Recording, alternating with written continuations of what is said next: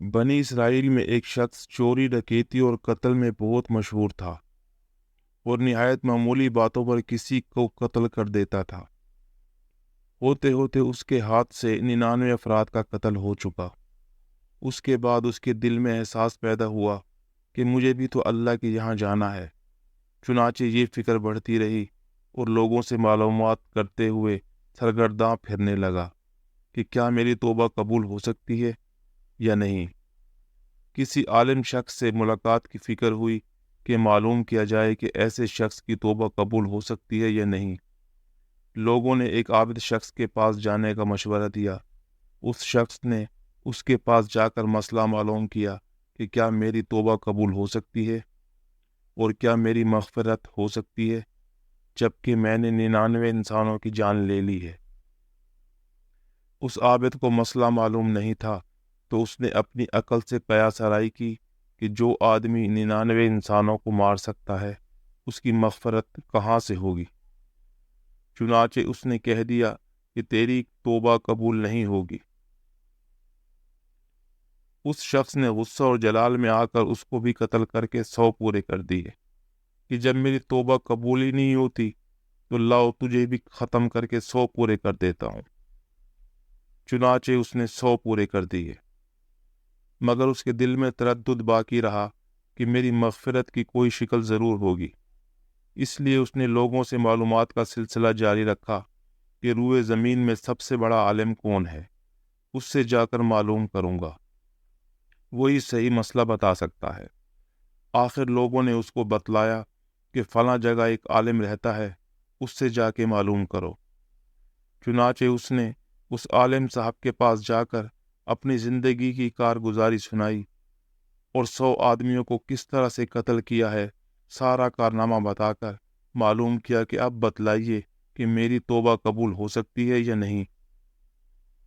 کیا اللہ کے یہاں مجھ جیسے گناہ گار کے لیے بھی مغفرت کا کوئی خانہ ہے؟ تو اس عالم صاحب کو چونکہ علم تھا تو اس نے بتلایا کہ تیرے گناہ معاف کرنے میں اللہ کے یہاں کیا رکاوٹ ہے۔ اللہ کی رحمت کا سمندر تجھ جیسے گناہ گاروں کے گناہوں سے بہت بڑا ہے اور بہت وسیع ہے۔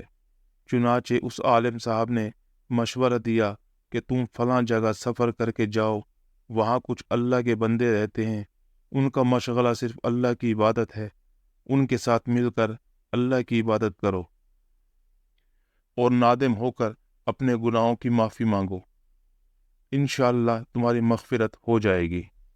چنانچہ اس نے سفر شروع کیا۔ جب اس شخص نے آدھا راستہ طے کر لیا تو ملک الموت آ گئے اور اس کی موت ہو گئی۔ اب اس کی روح لے جانے کا مسئلہ کھڑا ہوا۔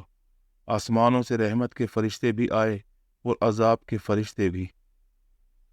رحمت کے فرشتے کہنے لگے کہ اس کی روح لے جانے کا حق ہم کو ہے، اس لیے کہ یہ سچے دل سے تائب ہو کر عبادت کے لیے جا رہا ہے، اور عذاب کے فرشتے کہنے لگے کہ اس کی روح لے جانے کا حق ہم کو ہے، اس لیے کہ اس شخص نے کبھی کوئی نیک کام نہیں کیا ہے، پوری زندگی معصیت میں گنوا دی ہے۔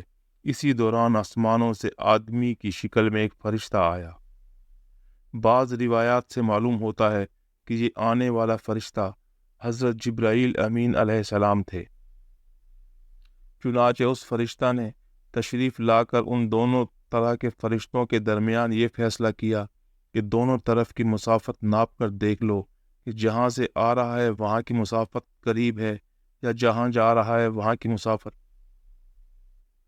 لہذا جہاں کی مسافت قریب ہو اس شخص کو وہاں والوں میں شمار کر دیا جائے۔ چنانچہ دونوں طرف کی زمین ناپ کر دیکھی گئی تو جہاں جا رہا تھا وہاں کی مسافت جہاں سے آ رہا تھا اس کے مقابلے میں صرف ایک بالشت قریب ہے۔ چنانچہ فیصلہ ہوا کہ مقام معصیت سے مقام عبادت ایک بالشت قریب ہے، اس لیے رحمت کے فرشتوں کو اس کی روح لے جانے کا حق ہوگا۔ چنانچہ اللہ کی طرف سے اس کی مغفرت کا اعلان ہو گیا۔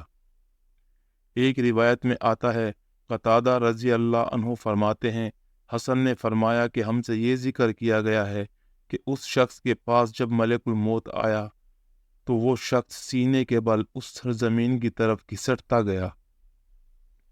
حدیث قدسی میں آتا ہے کہ میں اپنے بندے کے ساتھ اس کے گمان کے مطابق ہوتا ہوں، اور وہ مجھے جہاں بھی یاد کرے میں اس کے ساتھ ہوں۔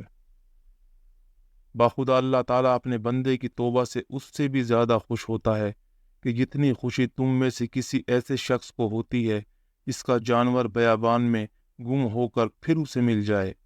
اور جو شخص ایک بالشت میری طرف آتا ہے میں ایک ہاتھ اس کے قریب ہو جاتا ہوں، اور جو شخص ایک ہاتھ میرے قریب آتا ہے میں اس کے ایک باہ یعنی پھیلائے ہوئے دونوں ہاتھوں کے درمیان کی مسافت قریب ہو جاتا ہوں، اور جب وہ میری طرف چل کر آتا ہے تو میں اس کی طرف دوڑ کر آتا ہوں۔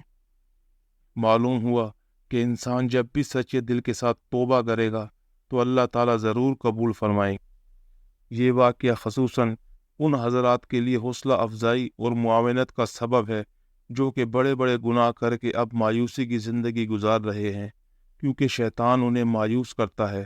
بہرحال گناہ گاروں کو شیطان کی باتوں میں آ کر مایوس نہیں ہونا چاہیے، بلکہ اللہ کی رحمت سے اچھی امید رکھ کر پکی توبہ کے ذریعے اپنے آپ کو پاک و صاف کر لینا چاہیے۔ اللہ تعالی ہم سب کو عمل کرنے کی توفیق عطا فرمائے۔ آمین یا رب العالمین۔